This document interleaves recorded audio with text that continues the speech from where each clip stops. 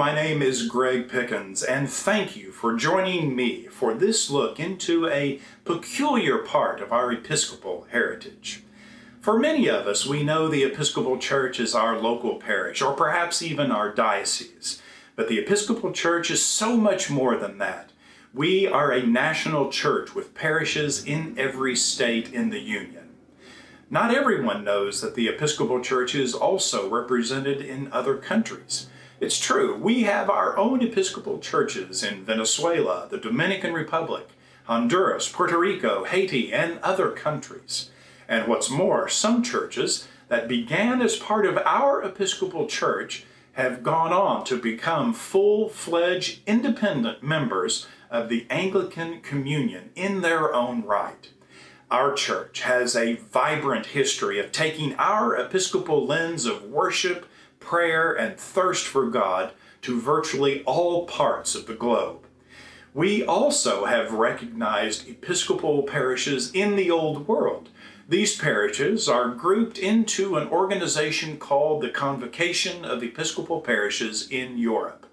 The Convocation is geographically vast, with a bishop who offers guidance and oversight to parishes in Austria, Belgium, France, Germany, Italy, Switzerland, and Georgia. The Convocation has a fascinating history that developed along the same timeline as our own story as a nation. Once we had won our independence from England, trade began to boom for the colonies. Colonial businesses began traveling the world, making connections for the trade that was to help us repair the devastation from our Revolutionary War. At first, times were hard, but what happened was American commerce made connections to important cities on the continent. By the 1800s, the United States had its own American Episcopal prayer book and a bright future. As our businesses grew internationally, it happened that there were Episcopalians participating in services at the American Embassy in Paris. This group would eventually become a small mission, and finally the General Convention of 1859 recognized this group of expats as a parish that eventually grew to be Holy Trinity, the American Cathedral in Paris. This pattern was to repeat itself many times. For business interest first opened doors to trade, then workers seeking places to worship in the American Episcopal way created gatherings that were eventually recognized as parishes. The Episcopal Church had strong growth on both sides of the Atlantic after our Civil War.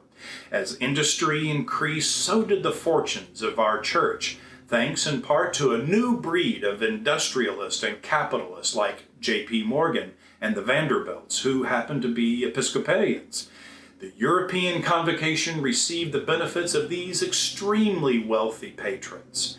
It allowed the Episcopal Church in Europe to own magnificent buildings and to attract large numbers of their own native patrons and visitors. These buildings, however, were both a blessing and a curse. To have a wonderful structure dedicated to the worship of God is a huge boon in drawing others to Christ. It is also a great responsibility to maintain them through time. The European churches have accomplished this through forming vibrant faith communities that attract people through their worship, mission, and ministry. To help with this endeavor, the Convocation of Episcopal Churches began to translate the worship liturgies found in our Book of Common Prayer into French, Italian, German, and Spanish, all in an effort to help further the mission of Christ through the Episcopal Church in Europe.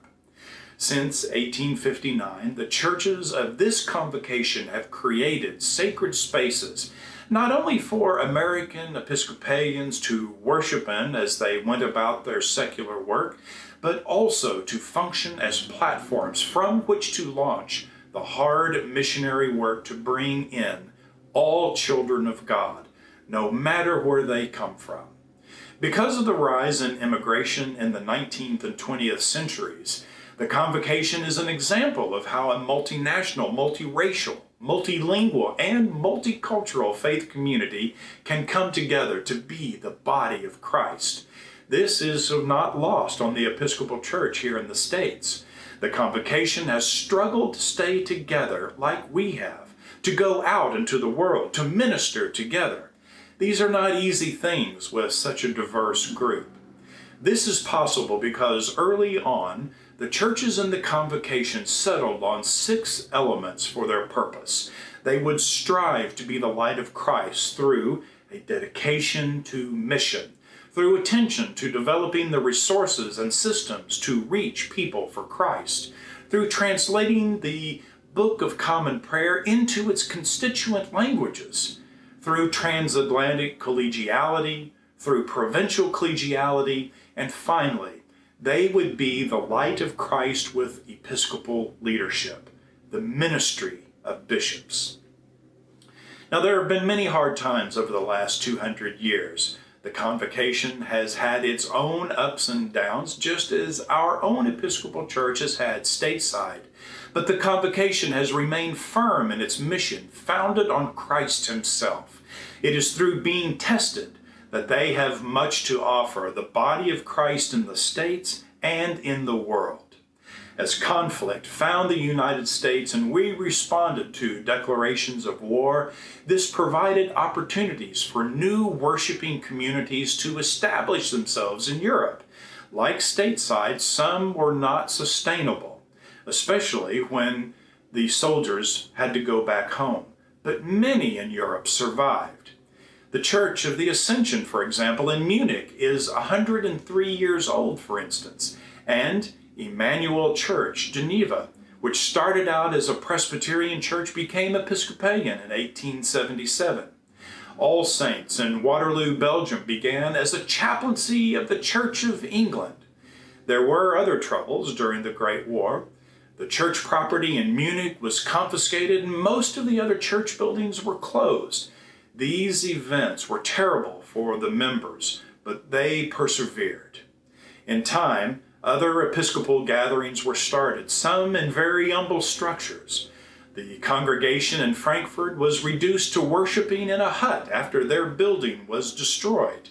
An English church, St. Augustine of Canterbury in Wiesbaden, severely damaged during an air raid in the war, was restored by our own United States Air Force just a few years after the war, and Episcopal service has been held there ever since.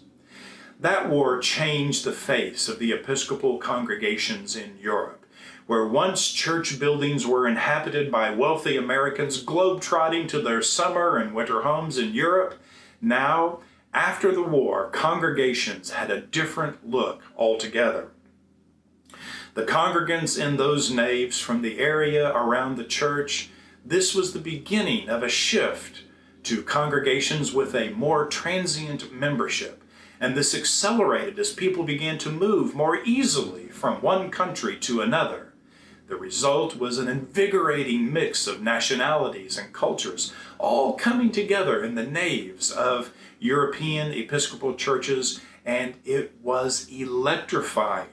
The old insider club feel was replaced with a missionary appetite for engaging others in faith conversation and invitations to come to church. Today, the Convocation is comprised of 15 parishes with over 4,000 members serving Christ through a wide array of ministries.